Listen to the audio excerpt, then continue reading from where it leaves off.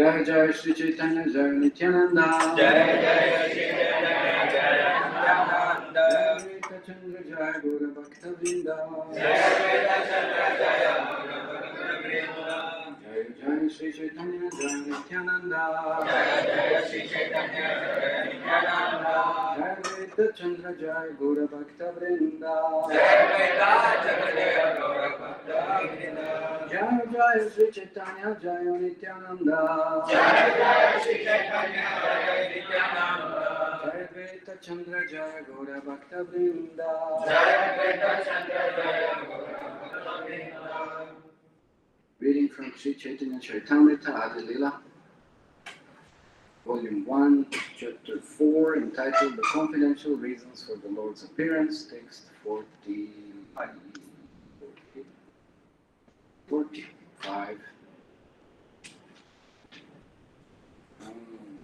44 also. 44 we completed last time. Yeah, well, 46 will happen also. Okay, any points from last discussion? Anybody remembers anything? Yes. So we last time discussed about Shankha Rasa, that how Chaitanya Mahaprabhu is not interested in Shankha Rasa, but unless and until we have that Swarupa. Which Swarupa? So once we get purified, we'll get now about Swarupa. What about Shantarasa? Is there Shantarasa in Golok Vrindavan? Maybe. No? Huh? Maybe. Any other guesses? Maybe. What does that mean, maybe? That's like cheating business, maybe. Yeah, maybe. Maybe. Yes or no? No. Huh? Here, anybody? No. Who taught you like that? Who said no? That's a wrong answer. Yes. There is. There is Shantarasa in the Golok Vrindavan also. But it is centered upon Madhurya. It assists. There are no trees in Vrindavan. Trees are not in Shantarasa. But trees are also experiencing some Madhurya flavors. Like Radharani, she thinks of Krishna, she sees Tamal tree, she'll hug the Tamal tree, or Krishna will see Kadamba tree, and like this. They're all assisting, or they're all part of the overall Madhurya Bhav that is going on. So Shanta is there. But in the predominant sense, what we discussed last time, what was mentioned was not including Shantarasa. So the other rasas are more active, they're more prominent, they're more intimate. That's why the emphasis was given more on the other rasas. But all the rasas are important, and in Golok Vrindavan, of course, all of them are centered upon Madhurya. Okay, any other point from last discussion? Anybody remember?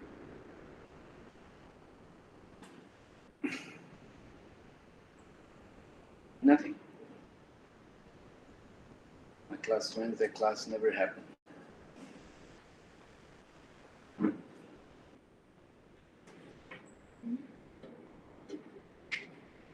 How many of you are making notes? Very few.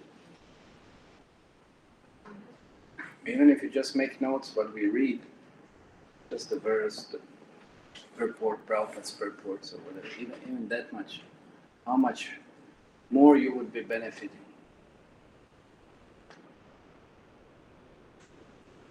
Okay, anyway, so let's just read then today's verse. Yatotharam asau svada visheshova samai api ratir vasannaya svadvi ha sate kapi kasyachit. Translation by His Divine Grace A.C. Bhaktivedanta Swami Srila Prabhupada. Increasing love is experienced in various tastes, one above another. But that love which has the highest taste in the gradual succession of desire manifests itself in the form of conjugal love. Report. This is a verse from Srila Rupa Goswami's Bhakti Rasamrita Sindhu. Okay. So, last time we were discussing what was said in, as I said, we will read the text 44. But if we compare the sweetness in an impartial mood, we find the conjugal sentiment is superior to all other in sweetness. So we're discussing the sweetness, no, of the rasas, the taste, and how the way the Krishna Das Kaviraj Goswami is very interestingly presenting it here. He said, if we compare those different sentiments, different dealings, different relationships of all the rasas that are there, and he said in impartial mood. So he keeps it open, he keeps being very objective. So he said an impartial mood. So one can conclude that for oneself, of course, having some knowledge and having some application of that knowledge and having some experience. And one can come to the same conclusion that something that contains everything else is definitely better than something that doesn't. What did we say for Madhurya Rasa? Why is Madhurya Rasa considered the best? At least for one reason. Huh? Anybody can? Yes, it includes all the rasas. It includes all the rasas. But also, what is then another reason? Intimate relationship with you. It brings one very close to Krishna. If we appreciate something or someone, would we want to stay very far away from that person? No. We want to come very close. Sometimes people have some kind of fear or reservation or whatever that might be. For some reasons, maybe they feel that they are maybe not qualified, that they might maybe affect relationship or that person in some negative way, or maybe they fear that they will be exposed. Sometimes disciples, they don't want to come close to the Guru because Guru is just like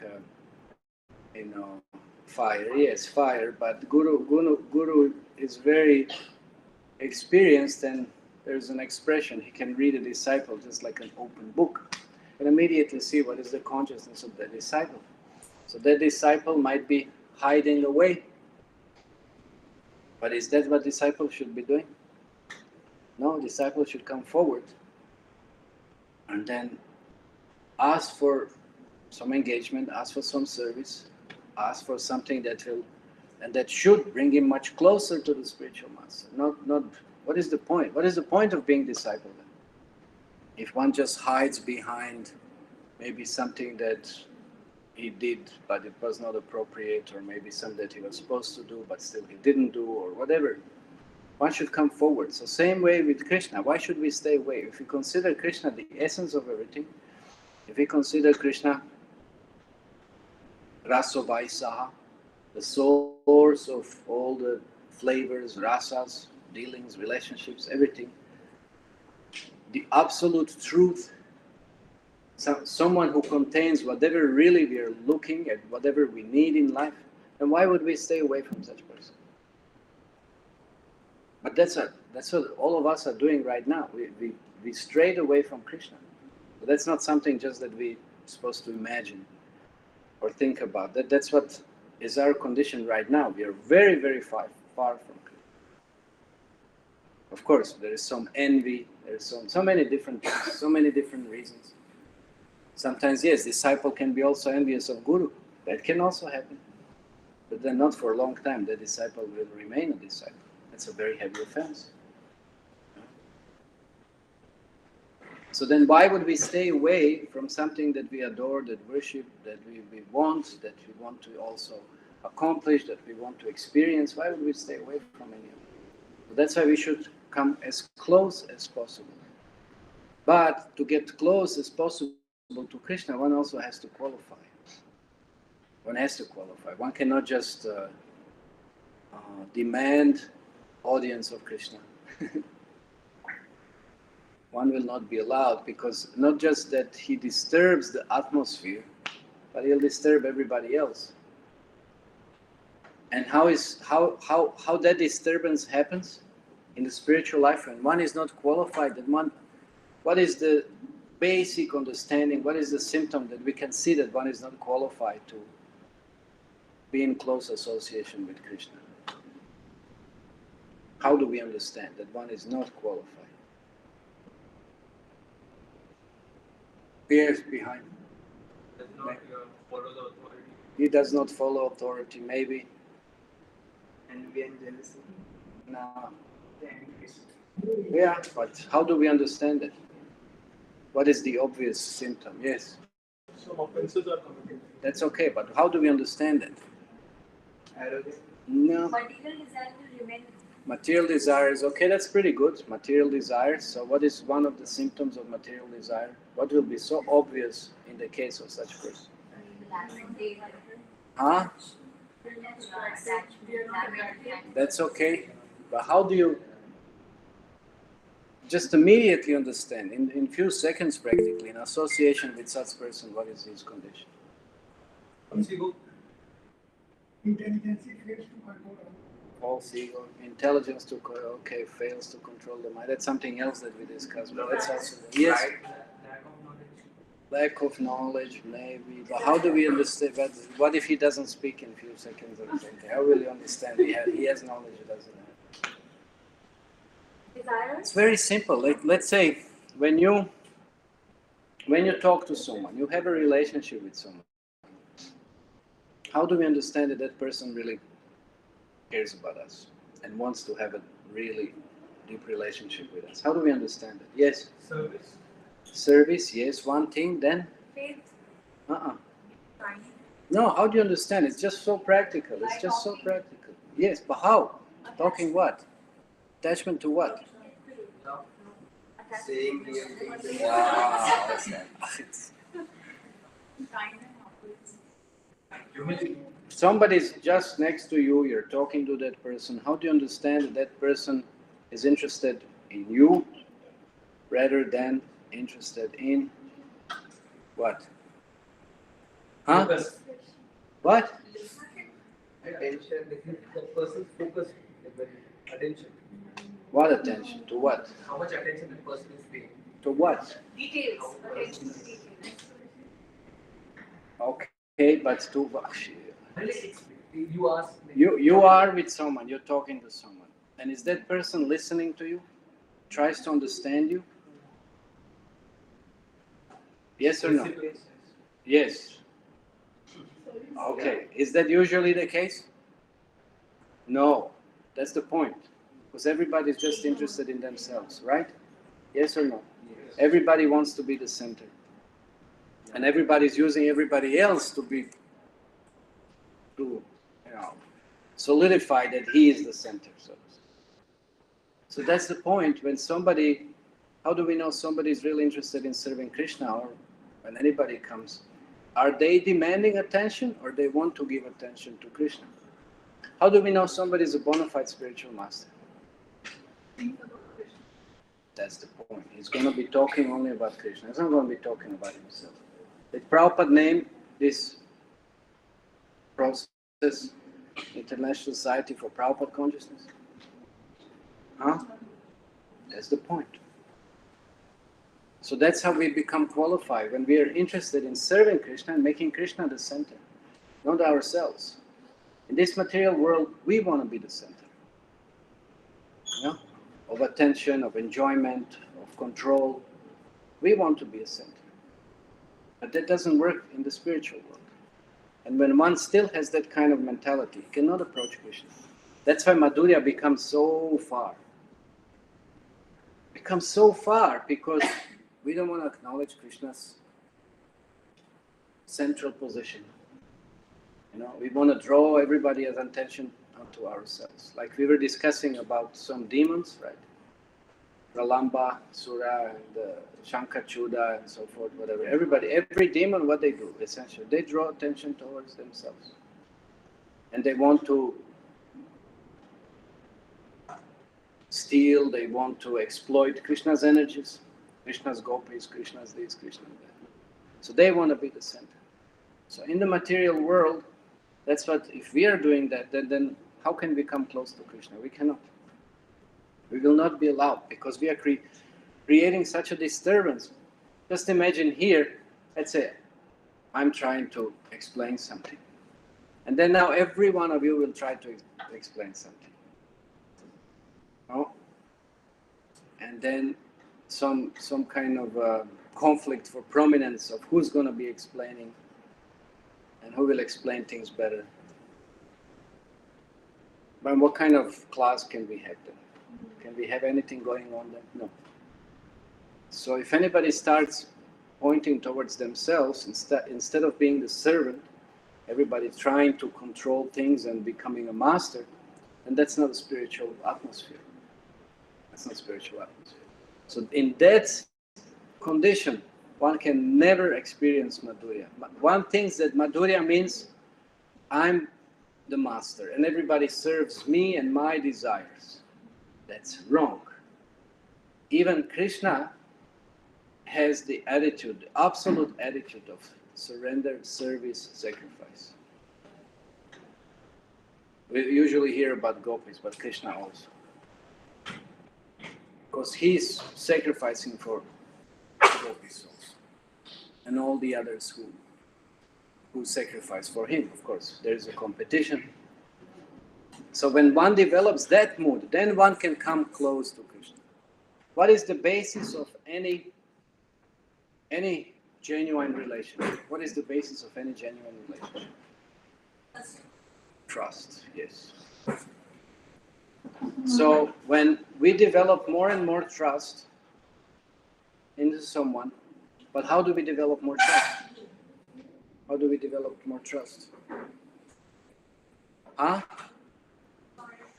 Loyal, okay. Because what are the 6 basic principles of loving exchanges? Who knows that? That's, I guess, would be very, When we hear something good about them. When we hear something good about them? No, this is from Upadeshamrita. This is Rupa Goswami's teachings. Yeah. He says the 6 basic dealings, principles of any relationships. Any relationship. Who knows that? Not all 6. How many you know? 1, 2. Anybody knows that? No, you don't know that? These are very... Okay. Okay, which one you know? Sacrifice. Wrong. Don't speculate. If you know, you say, I know. If you don't know, then you don't know. Okay. Accepting and giving gifts in charity. Accepting and giving gifts. That's normal, no? When you, let's say you have any kind of relationship, you give something and that person gives something to you. No? Accepting, giving gifts. So that's 2. Responsibility. No. I said if you don't know, better, No, if you don't know, don't say anything. You have to know. This is specific. You know? No. That's a different verse. Utsahanischadarya. That's a different verse. Reveals one mind. Okay, revealing mind in confidence and hearing in confidence. Revealing one's mind in confidence. That's where the trust is built, no? Mostly. Somebody has some difficulty, some problem or something. And then we hear about it in confidence, no? We don't discuss this with everybody else or advertise everywhere else or something. And then when we have some difficulty or some problem, then we also expect that person, hopefully, that they will listen to us and try to help us, again, in confidence. Okay, so that's 4. 2 more are left. Okay. Accepting and receiving prasadam. Okay, so prasadam. So prasadam, mercy. Prasadam means mercy. So giving prasadam, taking prasadam. That's why there's a saying that the family that eats together stays together. No, it's kind of like that. Family that dances together advances together.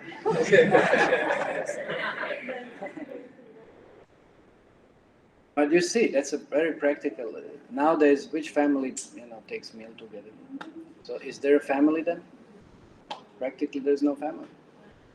It's very practical, obvious, unfortunate situation. No. That's at least one can come here to the temple and together take prasadam. If nothing else. So these are 6 basic principles. So if those are cultivated, then one can have a very nice relationship. One can increase trust into one another, and one can develop that relationship. Okay, I won't talk about relationships now. That is important subject, but let us focus now on this Madhurya, which is mentioned here. That is the source of sweetness, and that sweetness is when one really fully surrenders to someone. That's where that sweetness is experienced. There is no reservation. It's just absolute trust. So that's when the things become very, very intimate, very sweet. Very sweet. Otherwise, where is the trust nowadays? Nobody trusts anybody. It's just a mode of exploitation.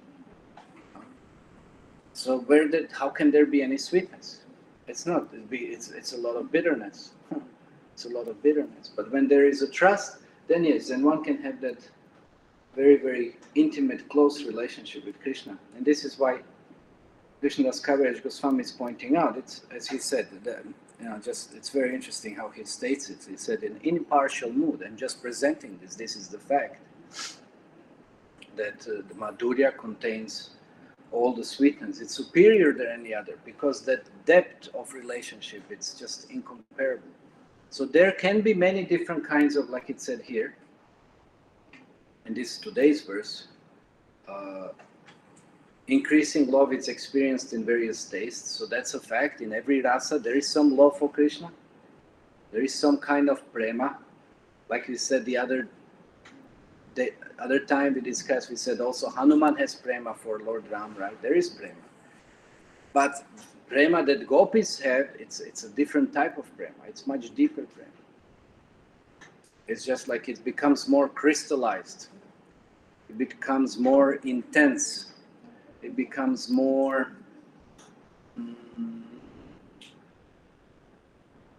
relishable. It's like, let's say, when you have a sugar cane, no? You get the juice, then you cook it, you boil it, you get molasses, then you get gur, no? And then from that you further condense it. The more you keep on condensing, like same, either sugar cane, either you take milk or something, whatever, in condensed form, it's just very, very powerful. No? It's just very, very sweet then. So then you get mishri, no? From that sugar cane. So just like this, so prema, it's like that. So that's the highest level of prema. They're not all the same. So he continues saying that, therefore I call it Madhurya Rasa. It has 2 further divisions, namely Veded and unvedded love. Okay, let's see if there is a purport here. So that means Swakya and Parakya. Okay, there is no purport. So then he says, okay, so one, it's married, that means Krishna having relationship with the queens of Dwarka. So that's Swakya, and then Parakya is considered even greater, which Krishna has experienced in relationship to gopis. Why is Parakya greater than Swakya? We discussed that also. Huh?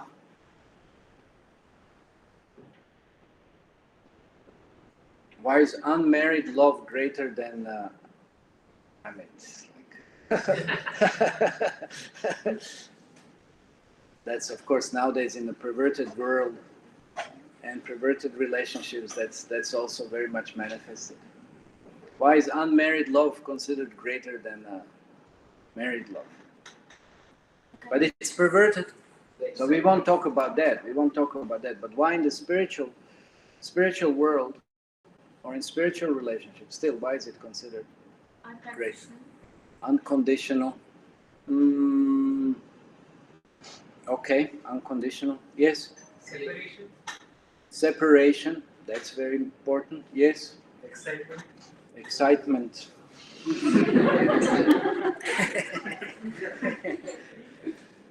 Okay. So there is uncertainty. There is uncertainty in Parakya. There is uncertainty that there will be some meeting. No, there's no certainty. So there is expectation, and there is fear of separation. No. Gopis don't want to become separated from Krishna, but they are forced to be separated from Krishna. At least externally it seems so. They're never separated, but it appears as such. So they don't take that relationship, you see, they don't take that relationship for granted. They don't take that relationship for granted. Because once you're married, then it's just like a rubber stamp. Yes, my husband, my wife, and that's it. Now we can do whatever we want to do with that person. Or we can have so many expectations, impositions, this, that, so many things. It's taken for granted. And that's why that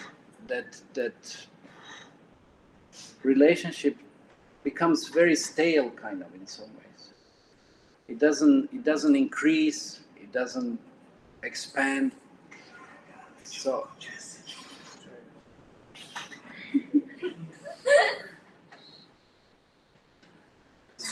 it just becomes very. So automatically happening. So kick it out. And there is something wrong with the phone. But there's always something wrong with the phone. The phone is constitutionally wrong. Put it in the bucket.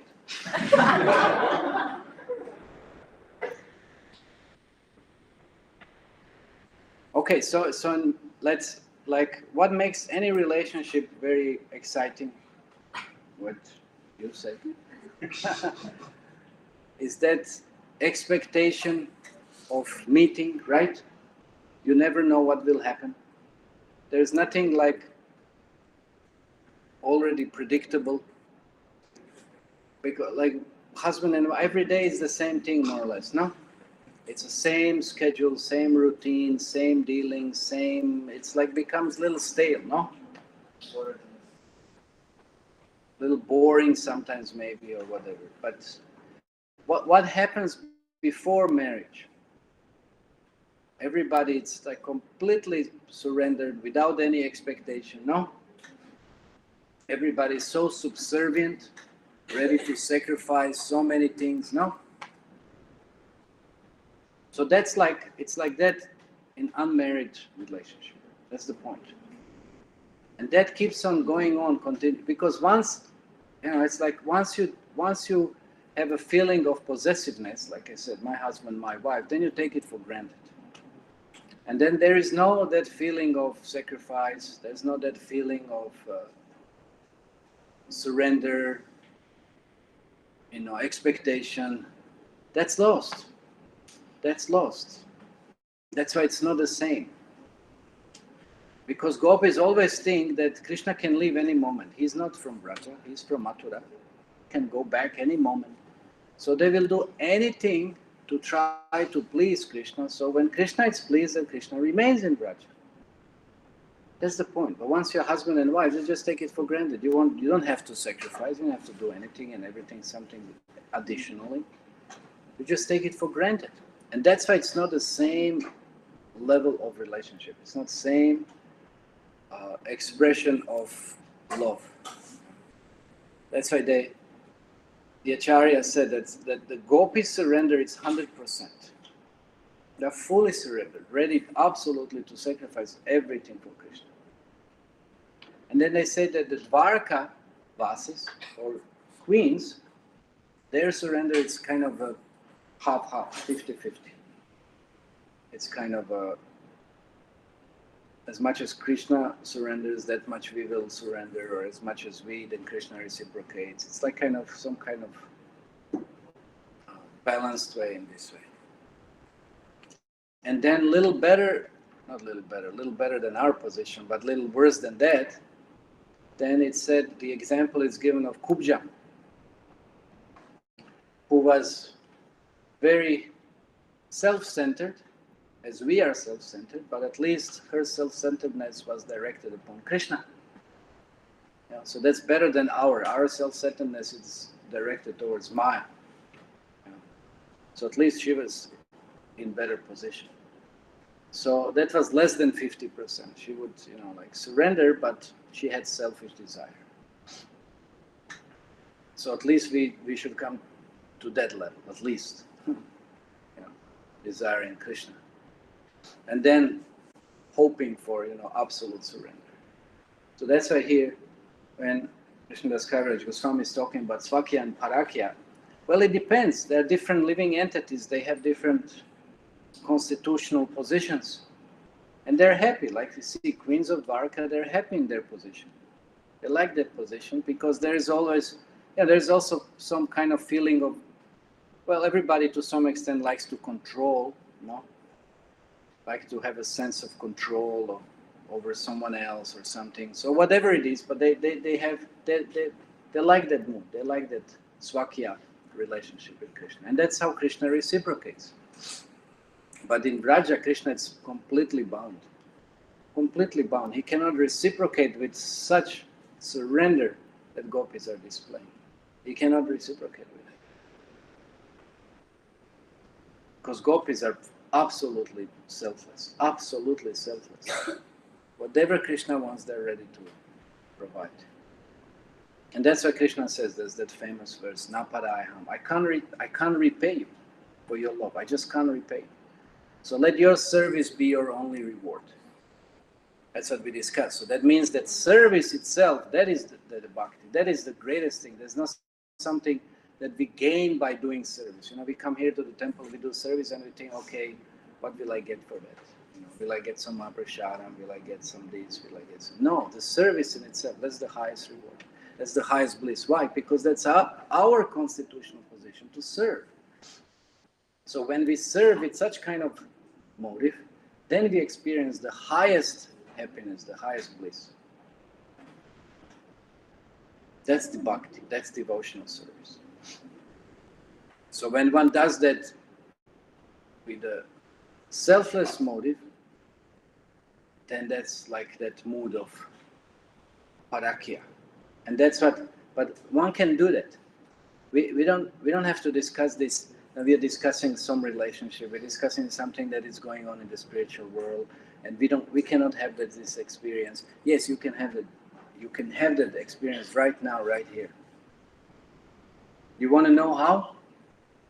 How? Do you want to have that experience of absolute surrender to Krishna, absolute dependence on Krishna, absolute, love for Krishna? You want to have that experience? Who wants to have that experience? Raise your hand. Okay, then you'll have to do something, because that's how the love is expressed, no? You have to do something to have that experience. Are you ready to do something? Okay, and somebody already did that last year. What is coming now? Kartik, after Kartik. Yes, book distribution. Book distribution. Want to feel full dependence on Krishna and fully, renounce your false ego, your own abilities, your own conceptions, misconceptions, whatever. And you want to really try to please Krishna and experience that bliss of bhakti. Of course, you shouldn't be attached to that. Then also, that's not good. But that happens through book distribution.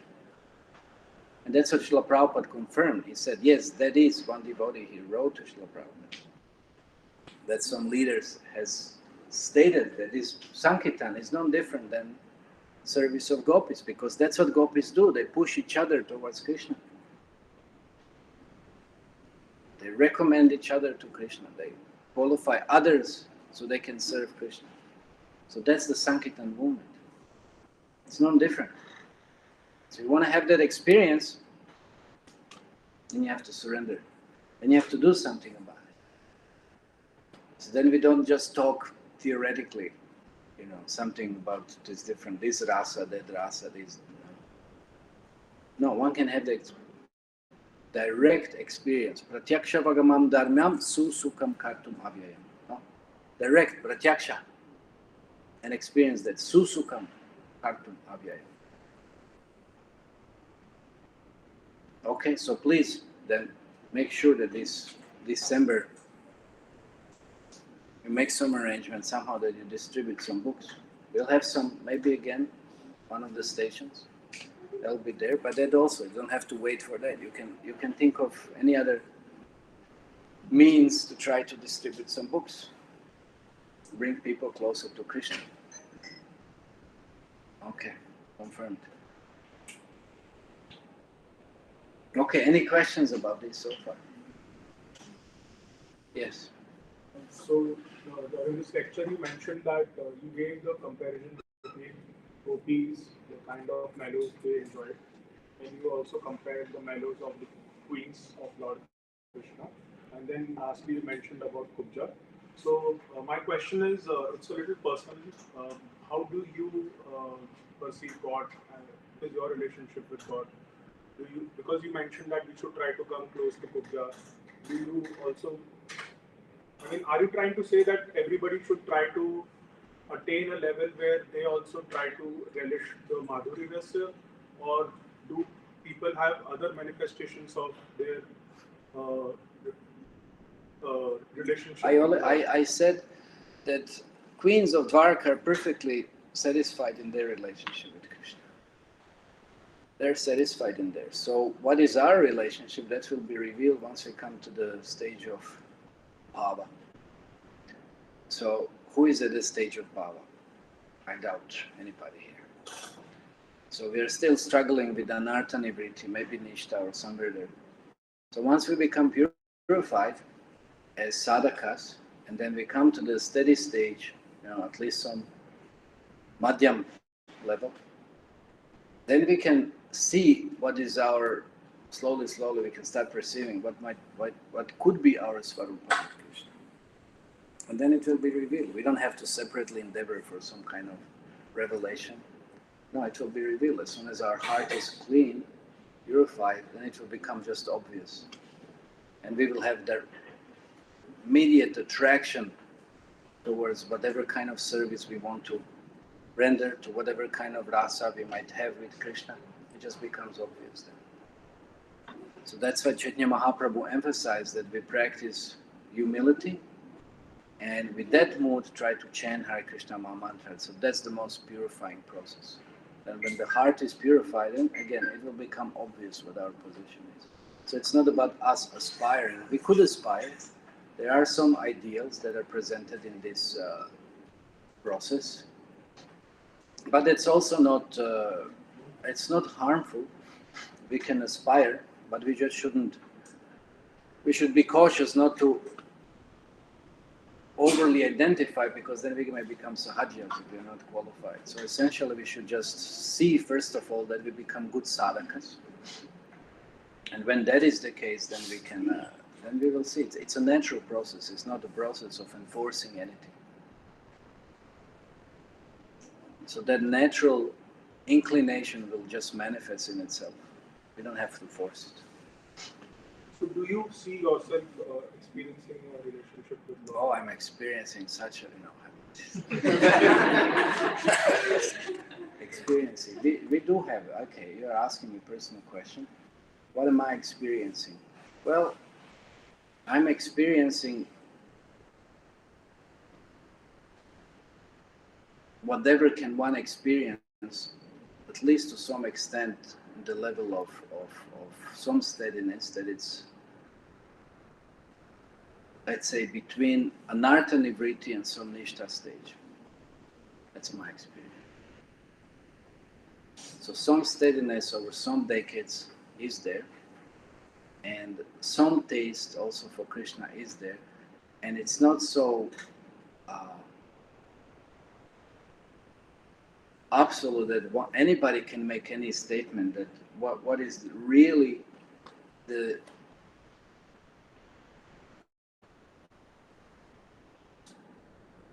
complete experience that one is having, because any of those levels are just like it's just like some kind of graph. One can even experience prema, well, let's say bhava, not prema in this body, ruchi, asakti. So the advancement in spiritual life is not just linear, it's like this. So at what stage and to which extent one has experience of Krishna consciousness, it can vary. It can vary.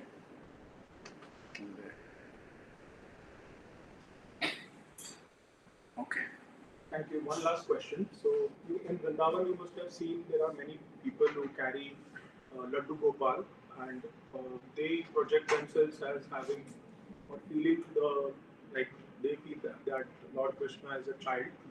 So, do you want to comment about that? Like, are they really feeling that kind of? I don't know. You have to ask them. That can be seen how they deal with that deity, on daily basis. Do they really express that love in terms of service, surrender, dedication? Maybe if they carry the deity with them, that's pretty good. Many times people just leave deity at home, just lock it and they go so many other places, leave it for days. So that's not good. So if they carry deity with themselves, so that is some sign that they have some affection and responsibility and care. So that's mostly Vatsalya Bhav. They have some Vatsalya feelings, so maybe they. But that's again, that much externally we can point. Okay, anything else? Yes. Gopi's love is greater than Sudama's. Their level of prema is greater, yes. Their level of Sudama also has prema, but we said that prema, there are different levels of prema. Okay? Gopis, there's nobody compared to Gopis. There is a Sanatana Goswami describes this in Brihad Bhagavatamrita.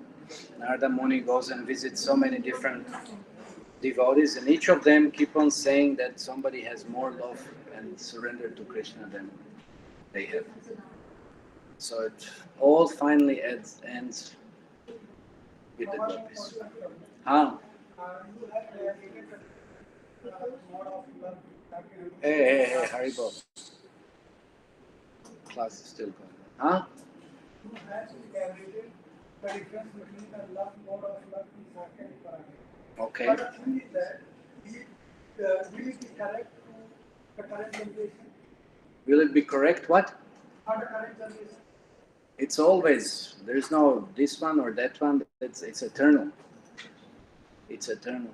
So to which extent, that depends which jivas come at what period of time.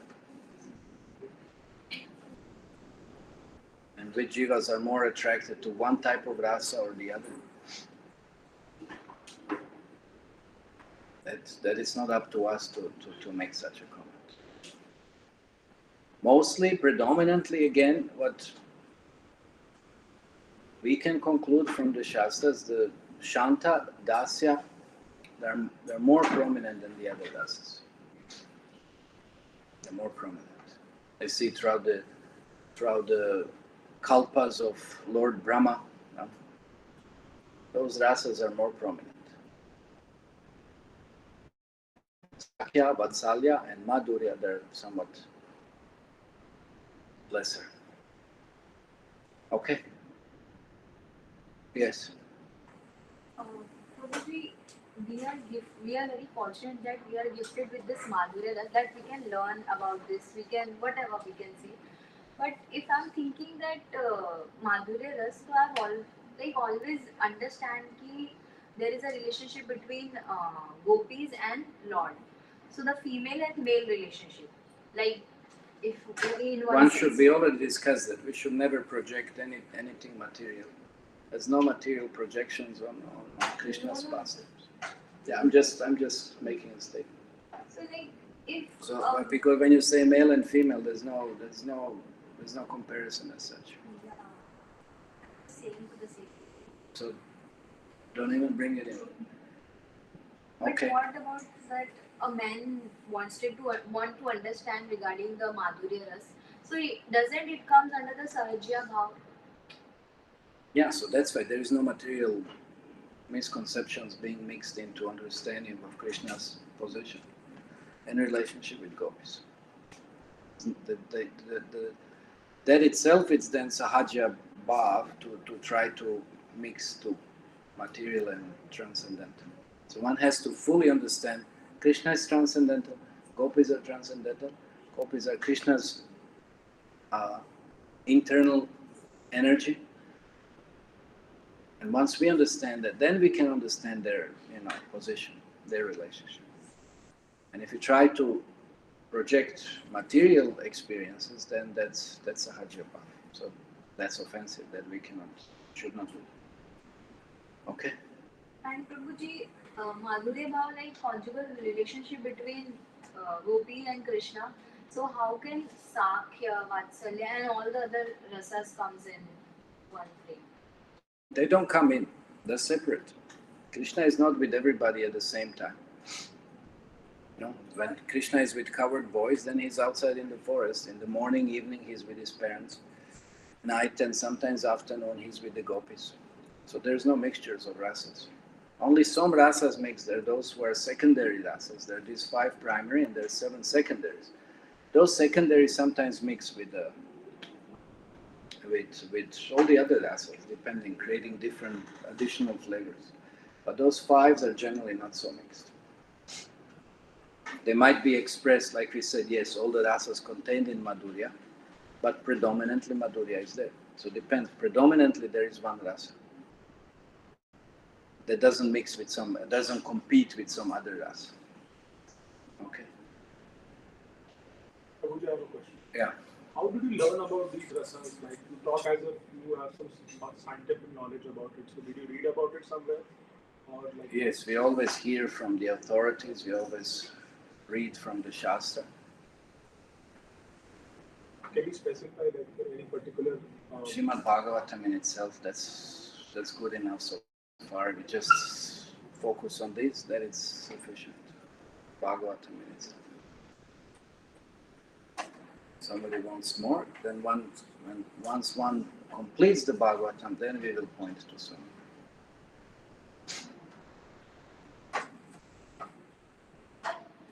Okay, time is over. So Prabhupada ki jai, Chaitanya ki jai.